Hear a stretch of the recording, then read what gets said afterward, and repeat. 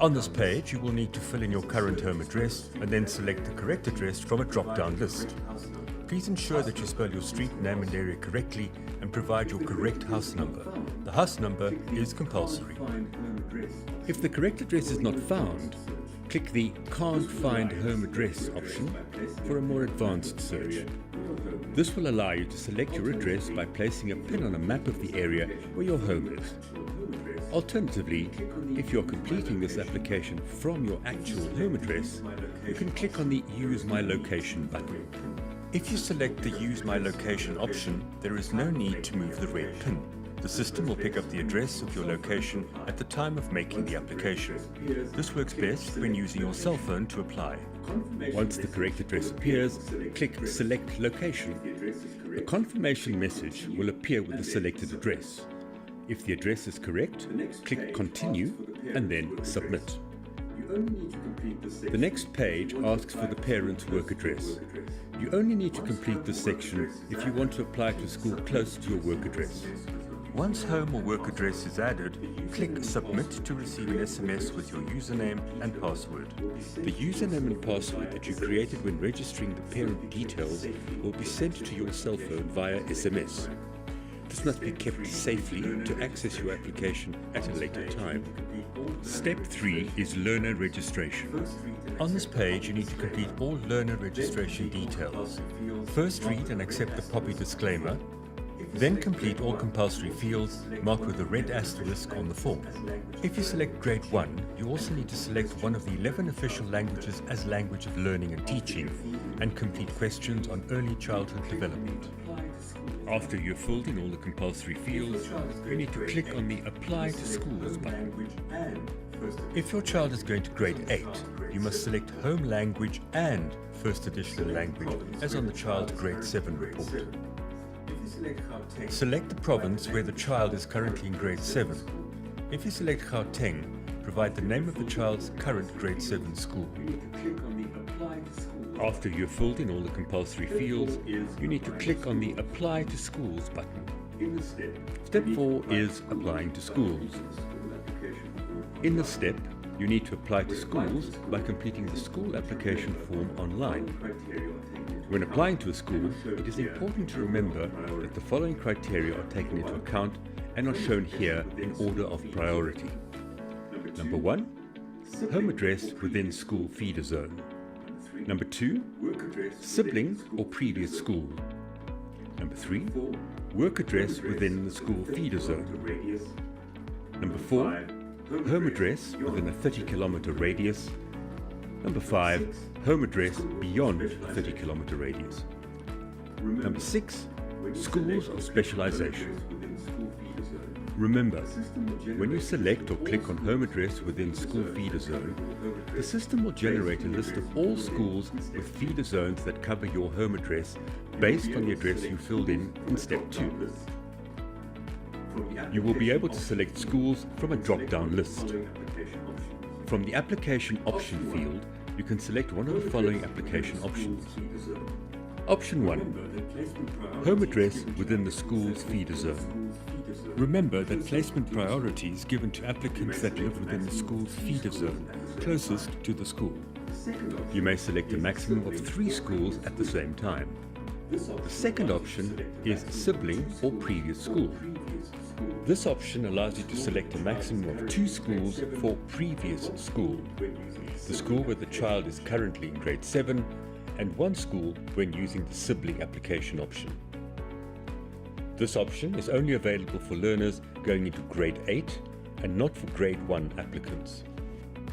You cannot use the sibling application option to apply to Grade 1 or Grade 8 at a school where the child's sibling is currently in Grade 7 or Grade 12. You may use the previous school application option only if your child's current school is in the feeder zone of the high school that you are applying to. Option 3 is work address within school feeder zone. This applies to applications made to schools with feeder zones that cover the parent's work address. You can only select 1 school at a time for this option. Option 4 is home address within 30 kilometers.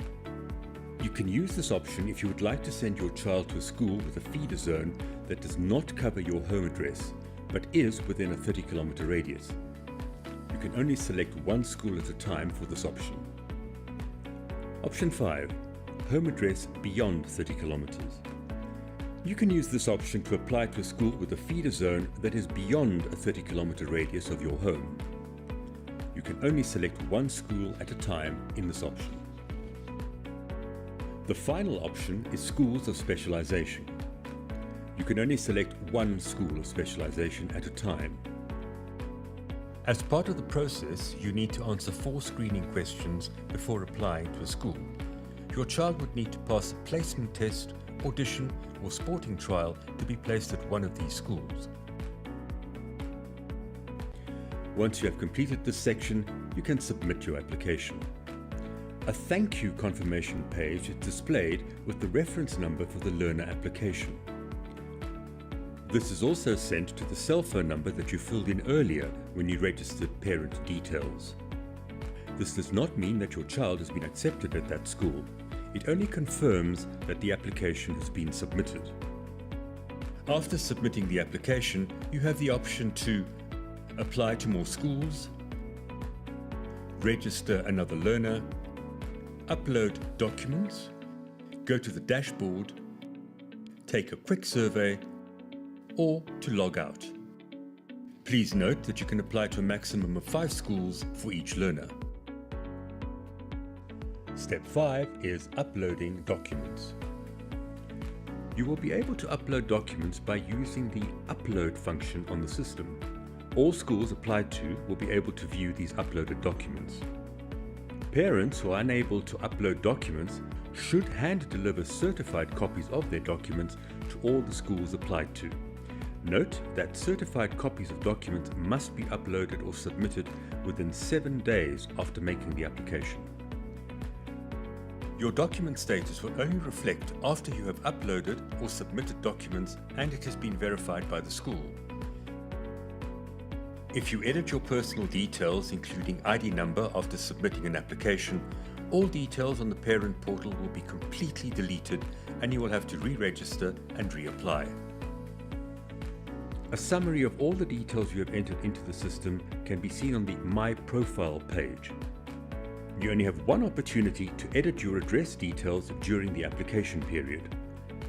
If you edit your personal details, including ID number, all details on the parent portal will be completely deleted and you will have to re-register and reapply.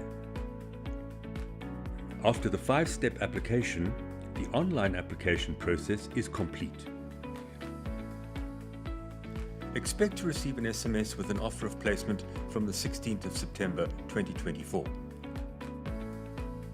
Once an offer of placement has been made by a school, please log into the system and click Accept within 7 days. Space will be reserved for your child at the school where you accepted the first offer, as long as no other offers are accepted. If you accept an offer from another school, the space first offered will no longer be available. Once the final offer is accepted, your child is officially placed at that school. Play your part. Apply online for grade 1 and or grade 8 to secure space at a Gauteng public school. Applications open on the 11th of June and will close on the 12th of August 2024.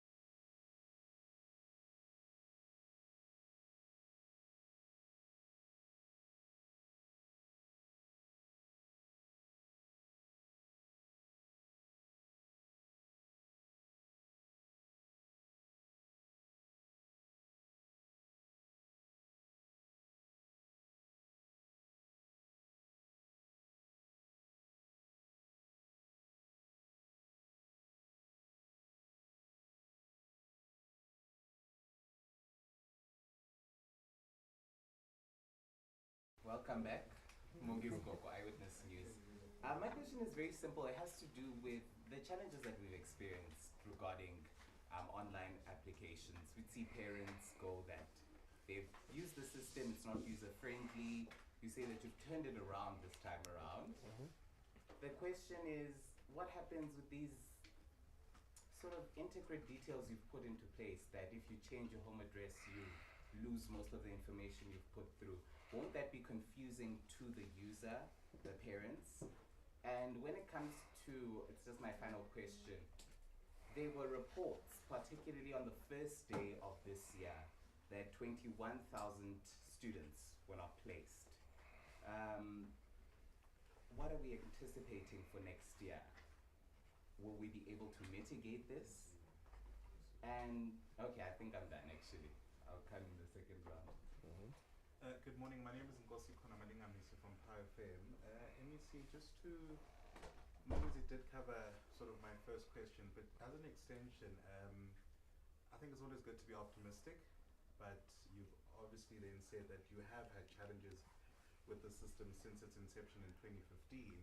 But you have, for example, the SA Human Rights Commission that's currently investigating this particular system.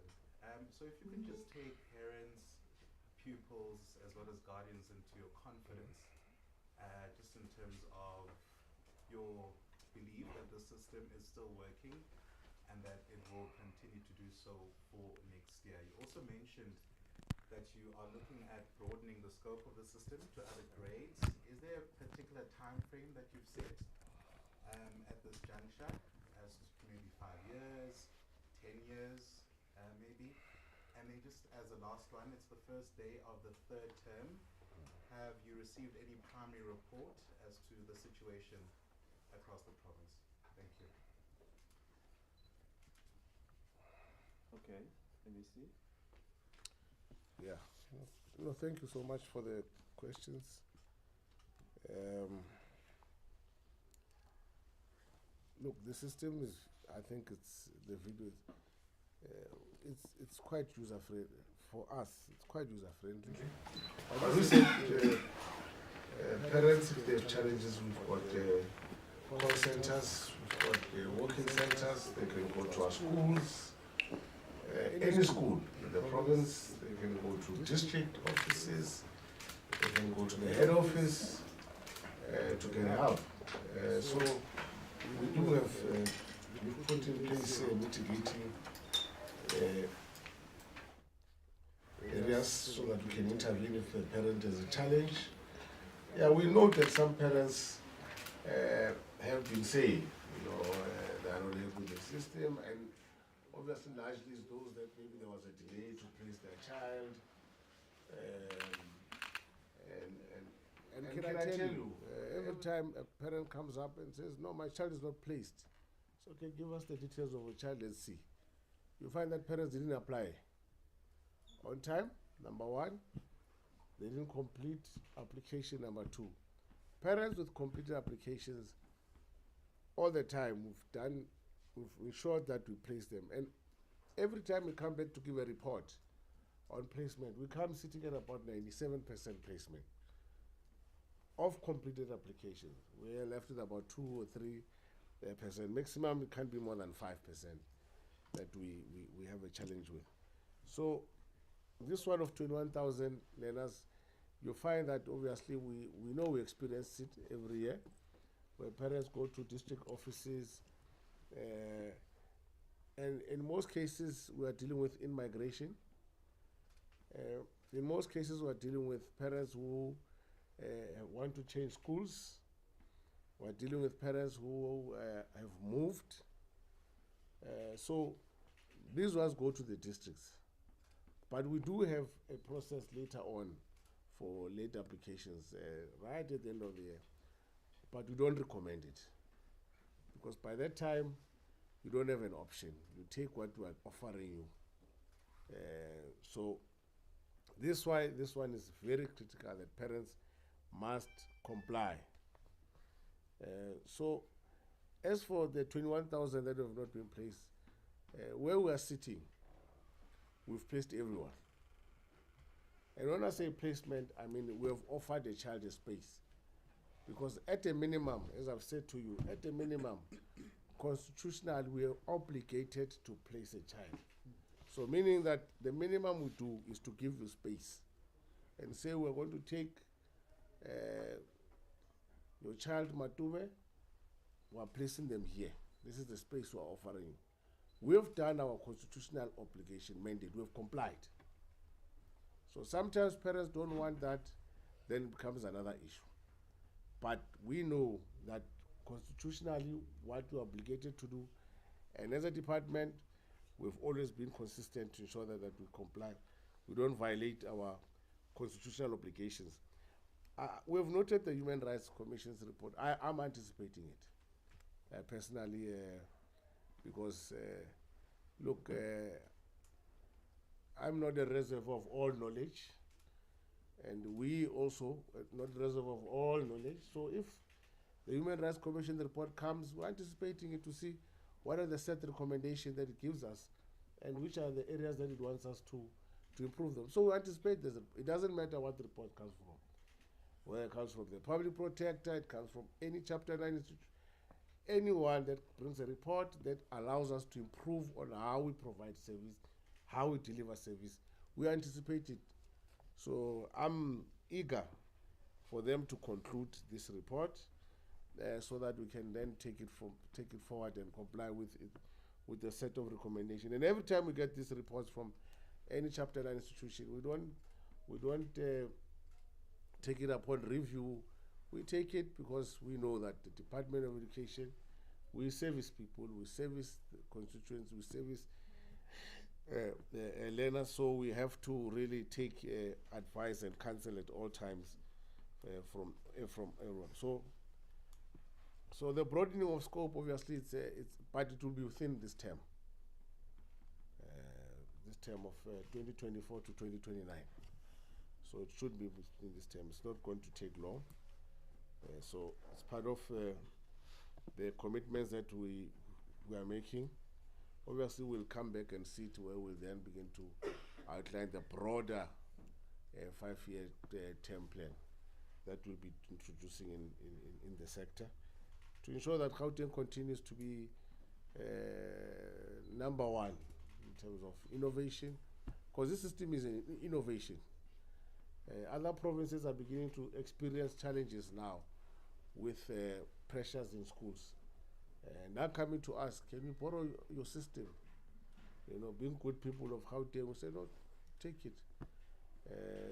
And they're getting it nice because now we've fixed the teething problems. They know it works. So the situation across the province, so far, well, 98-99% school started smoothly. There's been one or two challenges of mainly scholar transport. Some learners have not been picked up. That's because of there are new service providers. There's been a bit of challenges, but 98% of learners were in school on time. I'm just including the 2% because I'm saying if anything, it can't be more than 2% challenge. But besides that, everything has been smooth. The term started very well. I've not had any challenges except that one of transport, HOD. And we've got Plan B across. So where there's been a situation where we've been called upon that learners have not been picked up, we're able to send utilize our Plan B. So those learners obviously will arrive late at school, but they will be taken to school. So besides that, the term started very well. I've not had any incidents that major incidents that we've picked up so far. Ladies and gentlemen, okay, follow up. Okay, one, a follow up. Anyone? I'm closing because we have time pressures now. Okay, thanks very much. Yes. Okay, MEC, I think I've got it's a two-parted question, but the first part would be the MEC formal report. The department had welcomed this and has promised to implement the remedial actions. Can we sort of have a time frame? Are we aware how long it's going to take? This can go to the HOD or to you, the implementation, of course. And then the second part of my question has to do with the absorption of sports, arts, and culture into sort of your realm. It's part of your portfolio now. Won't that be added pressures? And then we'll go back to instances where we saw a number of investigations into drownings, for instance. We'll use Latoya Hamilton and that outcome that took a little bit of a longer time. We'll use the 2 Davidson schoolboys who recently passed, and we're still anticipating the outcome of that investigation. So adding an extra bit of load of work to your portfolio, won't that prove challenging? Just sort of 2 last questions from my end. The one is linked to the issues of safety. Safety of learners has been highlighted quite frequently in the province of Gauteng, as Mongezi cited some of the examples. In this new tenure, firstly, how far are we in terms of the implementation of the recommendations where some of these incidents are concerned? Have those been seen through? And just what's your general sense where safety is concerned? Maybe just your initial stance to reiterate that particular stance. And then the second one, the Premier seemingly put quite some pressure on Gauteng getting back its top spot. How do you feel about that as you embark on this new 5-year term? My question was about safety, and it has been asked, but particularly as it relates to swimming MEC, it would seem that when during this weekend getaways, you can't go a month without an incident, particularly in these provinces. And any new approach to that? Can schools just take learners to camps at any given time? Are there any new regulations? Thank you. Okay, MEC? Yeah, okay. You can take some. Yeah, we'll come in through just to on the Maibuye. But like I said earlier, we accept any recommendation from a Chapter 9 institution. You know, these are very important institutions in our democracy, and we always urge people to continue to defend them because, you know, it holds us accountable. So the report on Maibuye, from our side, they should speak to it. Remember that DID implements, is our implementing agent. They build, but we are the custodian of schools. So that's why we have been brought in. But she will speak about how far. But we're not even. We're just going to implement the recommendation as they ask. But you will give you the timelines quickly. The drowning incidences, the Davidson, the report is ready. It is ready. We didn't want to bring it today because we need parents to focus on today and the importance of Thursday, the 11th of July and 12th, because it's a very important aspect of it. So we don't want to cloud issues, but the report is ready. We'll present it